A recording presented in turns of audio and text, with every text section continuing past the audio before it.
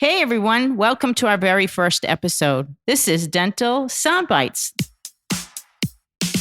From the American Dental Association, this is Dental Soundbites, created for dentists by dentists. Ready? Let's dive right into real talk on dentistry's daily wins and sticky situations. Hi, I'm Dr. MJ Hanlon. And I'm Dr. ArNelle Wright, and we're your hosts for this season of Dental Soundbites. Today, we're going to be talking about how this podcast came to life, and we're going to give you guys a sneak peek into the season here in episode 1. So we have Dr. Naasz joining us today as our very first guest on the Dental Soundbites podcast. He was instrumental in helping bring this podcast to life with our ADA team members. But first, we are going to give you a little bit of introduction about ourselves and how we got into dentistry. So my journey into dentistry started when I was 14 years old. I knew my entire life almost that I wanted to be a dentist. It just took me a long time to get there. My path took me into dental assisting, and then I went to hygiene school and spent 15 years being a hygienist, and then went back to school to become a dentist. My first day of dental school was my daughter's first day of kindergarten. So it's kind of one of those things that I'll always remember. Yeah. And the years flew by. One of the best benefits of being an older student and understanding the dental profession is that it made it a little bit easier for me in school. But I also had the ability to show my daughter what it was like to become a professional. Absolutely. I actually did not know that I wanted to be a dentist until I was a junior in undergrad. I went to the University of Florida for my bachelor's, and then I ended up getting a master's degree as well, because at the time when I was applying to dental school, I didn't really have a clear understanding of all of the steps that I needed to take in order to get in. I am a first generation college student, and I just did not have that guidance. So I kind of had to wing it on my own and figure things out as I went. But here I am. I ended up getting into dental school at the University of Florida College of Dentistry. So I am a triple gator. And from there, I started working at what's called a DSO, or a dental support or dental service organization. And I am still in the DSO area here in Orlando, Florida. And the rest is history. That's awesome. Did you like it right away, or was it something that you had to grow to like? So what happened was, once I ended up shadowing and I found a dentist who really took me under their wing, it's something that I really had a passion for, because growing up, I didn't have much dental care. So once I did, I found a dentist who was so compassionate, and I really loved the impact that she made on me. She was so understanding of my situation, not having had much dental care growing up. And I just wanted to be that same light in someone else's life. That is awesome. I remember the first time I walked into an orthodontist office at 14 years old, and I was immediately in love. I knew right then and there that this is what I'm going to do for the rest of my life. I don't think there's a day in my practice, in all the years that I have my private practice, that I said, I don't want to do this. I loved putting the key in the door every day, and I loved going in and determining what was going to happen. And even if I didn't know exactly what was going to happen, I loved problem solving. I think that was one of the things that dentistry has taught me the most, is that there is no problem that we can't solve. I mean, we don't know what's coming in our office every day, but we can solve the problem because we have been doing that for a long period of time. Yep. Announcing the new... Wait, this calls for a drum roll. Perfect. Announcing the newly reimagined ADA Member App. Designed for dentists by dentists. It puts ADA membership in the palm of your hands. With features like a personalized news feed, member chat groups, personal document storage, even episode exclusives from Dental Soundbites, the new ADA podcast. Tap into all the possibilities by searching for ADA Member App in your app store. Today, we have our very first guest, Dr. Naasz, who practices in Kansas City. He was on the team who helped the ADA develop the Dental Soundbites podcast, and we're super excited to have him with us today. Welcome, Graham. Thank you very much. Very much appreciate being on here. It's definitely an honor to speak with two incredible women in the dental field. Tell us a little bit about your career journey. We just mentioned a little bit about ours. We'd love to hear a little bit about you. Absolutely. So I am from Kansas, grew up in a suburb right outside of Kansas City, went to University of Kansas for my undergrad, then University of Missouri, Kansas City for School of Dentistry, and then headed down to Texas where I did an AAGD residency at the VA in San Antonio. Moved back to Kansas City, and now I'm practicing in a suburb right outside on the Kansas side. So how did you get roped into this project? So I got roped in by kind of answering honestly, a kind of a call to arms. ADA was really looking for diverse backgrounds as well as a lot of new career dentists input on ways that they could best help along that journey. So one of those ideas was a podcast in order to kind of talk about all topics dental, whether it be transitioning in from going from a dental student to residency life or dental student to new practice, or even helping out those new career dentists with kind of things that they really wish they would have had really kind of starting off early.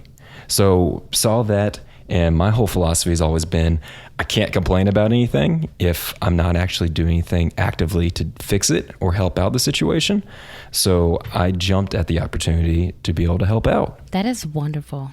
Let's tell everybody, what's this podcast all about? So we had a really strong team of people from all the way in current dental students, all the way up to people that have been practicing for about 7 years. So we really spanned the gambit on being able to pick everyone's brain about what they really wanted to see out of a good podcast, what topics to be created or talked about, but also what issues we have today that they kind of wish they knew earlier.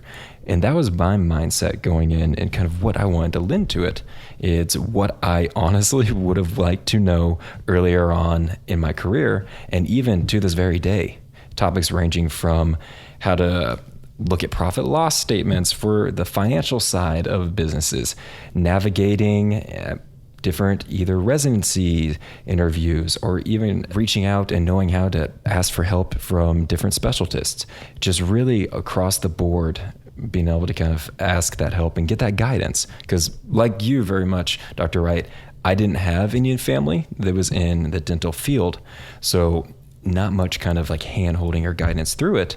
So it would have been nice to have a place to turn to for some great topics on advice. That's awesome. So a lot of the dentists who were a part of the co-creation group, they basically wanted those pearls of wisdom, things that they didn't know earlier on. Exactly. Whether it be clinical, financial, anything across the board, or even just wellness. Dentistry, kind of an isolating profession. A lot of times it's just you in the moment. So being able to have someone to turn to, whether it be two friendly voices in your ear and your drive in, to talk you through some of the difficult stuff and really take the burden off of your own back that, hey, it's not just you out there. There are some people out there that are willing to listen and lend some hands and give some great advice. It's so true. And quite honestly, everybody's practice is so different. You've got to create your own way.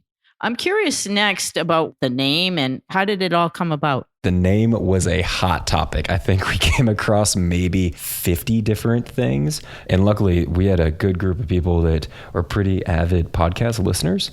So we definitely had some great puns out there. But I think Dental Soundbites really does encapsulate what really the goal of it is: provide very good, succinct information that is easily accessible for everybody. Perfect. I love it. Yeah, I do too. So can you tell us, Graham, what's the importance of us having these conversations? I think the importance really kind of comes down to, if there's no resource out there or it's not talked about, then there's not much to be done to kind of help out the situation for anybody, or there's not anywhere for someone to turn to even kind of start the conversation or get information on it. Absolutely. I think you're absolutely on point, Graham, because one of the things that I have noticed even about myself personally is when I hear somebody talk and they give me an idea, I can't put it down. I have to get the research done. I have to look up ways to expand on it. And it's just because of somebody mentioning a concept or an idea that it just brings all this motivation forward to go and research what you need to know. I love the fact that you brought up the business side, because as a former educator, I know that firsthand that's one of the weaknesses in our dental school education. Not that we can fit anything else in the format, but that we are not teaching dentists to be great business people. And that's a shortfall for all of us. Right. Absolutely. I mean, dental school is a great foundation and building blocks Absolutely. for dentistry, but there's so much that everyone's just trying to pack in there that it's just not enough time necessarily. So unfortunately, that does kind of fall by the wayside, where even if you enter into public health, but also any type of DSOs, having a kind of business understanding of a few things definitely prepares you a little bit better of how to read contracts and understand that a little bit more. So completely agree with you, Dr. Hanlon. So what do you expect to get out of the podcast this season? Ooh, that's a fantastic question. I would go back to what MaryJane was talking about earlier as well, is the kind of the financial side of things, and which touches on a little bit of contracts as well. Just understanding not necessarily the financial side of a practice, but managing loans if you have those, how better to budget, how not to make the new dentist mistake running out there and buying a new car, Yes. or getting in and over your head and living outside of the lifestyle that you can afford at the moment. Just kind of bigger picture of the financial side of life. We've been in school for so long that a lot of those times and those big financial decisions were kind of delayed for a lot of us. Yep. I tell some of my mentees this all the time about how even right now, like I haven't bought like the brand new car. I'm 5 years out, and they are always surprised. They drop their jaw and they're just like, oh my gosh, Dr. Wright. And I'm like, yeah, you have to wait. Sometimes you have to wait, and there's something called delayed gratification. And so I really believe in that. And I'm excited that we get to have this platform and use it to just educate and to teach and to share. Use our experiences and kind of just do some direct mentorship right here through podcasting. Absolutely. I mean, I'm sure you remember getting out of school and there's unfortunately not much of a roadmap. It's more, hey, congratulations. Here's your diploma. Here's your state board's license. Figure it out. Well, that's a big thing right there too, is there's no list of items that you have to complete before you start practicing. At least I've never seen one. And I think it's important that young dentists understand all the things that they need to be aware of before they file for their license. In fact, I do a lot of remediations across the country. And I got to tell you, one of the biggest things that I see on a regular basis is docs just don't read the rules and regulations for their own state. They are daunting. I understand that, but this is your profession, and it's important to understand and know those things. What are you two envisioning from this podcast? What are your hopes out of it? I'm hoping that my voice would encourage more students as they take their journeys into the field. I'm hoping that I would give them confidence as they enter into dentistry and know that, again, they're not alone. Mentorship is something that I'm super, super passionate about, because I really feel that if I didn't have good mentors along the way throughout this journey, and even now as a practicing dentist, like I wouldn't be as successful, in my opinion, as I currently am. And one of the things about mentorship to me is you have to be willing to let someone know that you don't know. But then that also takes a level of awareness within yourself. And so it kind of requires you to continue those self-assessing exercises that we learn in dental school that we hate so much, to give ourselves a grade on certain things, because then we point out certain things to others. But there's so much value in it. So for me, I really just hope that some of the topics that we cover here, they serve as answers to questions that someone may be too afraid to ask, but they're also getting their questions answered in some way, shape, or form. I think what I'd love to be able to offer the audience is, even though I'm much older than both of you, that my experience in being in the profession for such a long time can be helpful. just understanding what it's like to be in the field and how to become successful in that field. I know I have a few tidbits I can pass on here and there. MJ, you're probably going to help me all the way throughout this podcast anyway. So you're going to be mentoring me as we're helping everybody else. So it would be my pleasure. I'm excited to see what you all create here, just because as ever advancing as a field as dentistry is, where you close your eyes for 5 minutes and something new hits it. So I'm excited to see what you all come up with here. Dr. Naasz, it was such a pleasure having you on the podcast today. We are so grateful for all of the work that you have helped put into this project. And we thank you so much for your time. Thank you so much for being here with us today. Dr. Naasz, it has been a pleasure to meet you, and thank you for all the work that you're doing on behalf of the young dentist and the ADA. Thank you so much for having me on here, and thank you too specifically for really taking up this helm and leading the charge to help out young professionals in the dental side of things, because without the guidance and mentorship of people that have done it and are willing to also help carve the path of other people, we would be lost. So thank you very much for all your effort.